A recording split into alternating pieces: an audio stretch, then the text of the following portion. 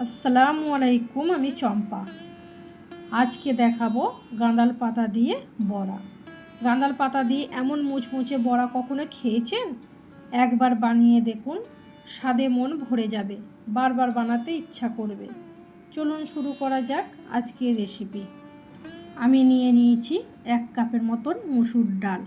মুসুর ডালটা আমি ভালোভাবে ভিজিয়ে নিয়েছিলাম। আর নিয়েছি দেখুন বন্ধুরা, এখানে 10 থেকে 12টা হবে গাঁদাল পাতা। এবার আমি শিলে ডাল আর পাতা বেটে নেব। শিলেতে বেটে নিলাম, নিয়ে একটা জায়গার মধ্যে আমি রেখে দিয়েছি। এবার গাঁদাল পাতাগুলো মিশিয়ে নিচ্ছি। এই পাতার নিজস্ব একটা সুন্দর ঘ্রাণ আর দেশি স্বাদ আছে, যা বড়াগুলো একেবারে আলাদা করে তুলবে। দিয়ে দিলাম 4-5টা কাঁচা লঙ্কা বাটা আর একটা পেঁয়াজ কুচানো। আর দিয়ে দিলাম এখানে 2 চামচের মতন আদা রসুন বাটা, স্বাদ মতন নুন। আর দিলাম এখানে হলুদ গুঁড়ো, জিরে গুঁড়ো আর লঙ্কা গুঁড়ো পরিমাণ মতন। সব উপকরণ ভালোভাবে মিশিয়ে এমন একটা মিশ্রণ তৈরি করে নিতে হবে যাতে বড়া ভাজার সময় সহজে ভেঙে না যায়।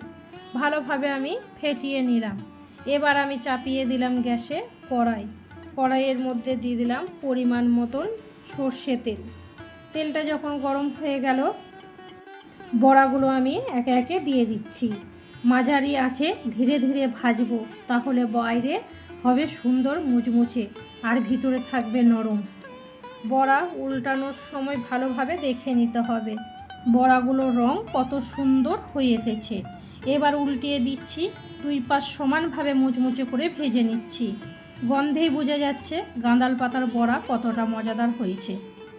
দেখতেই পাচ্ছেন আমাদের মুচমুচে গাঁদাল পাতার বড়া একদম তৈরি। রেসিপি ভালো লাগলে ভিডিওতে একটা লাইক দিন, কমেন্ট করে জানাবেন কেমন লাগলো। আর এমন আরও বাংলার রান্না পেতে চ্যানেলটা সাবস্ক্রাইব করে পাশে থাকবেন। আবার দেখা হবে নতুন কোনো রেসিপি নিয়ে। ততদিন পর্যন্ত সবাই ভালো থাকুন, সুস্থ থাকুন। চম্পা কিচেনের পক্ষ থেকে সবাইকে অনেক ভালোবাসা ও শুভেচ্ছা রইল। আল্লাহ হাফেজ।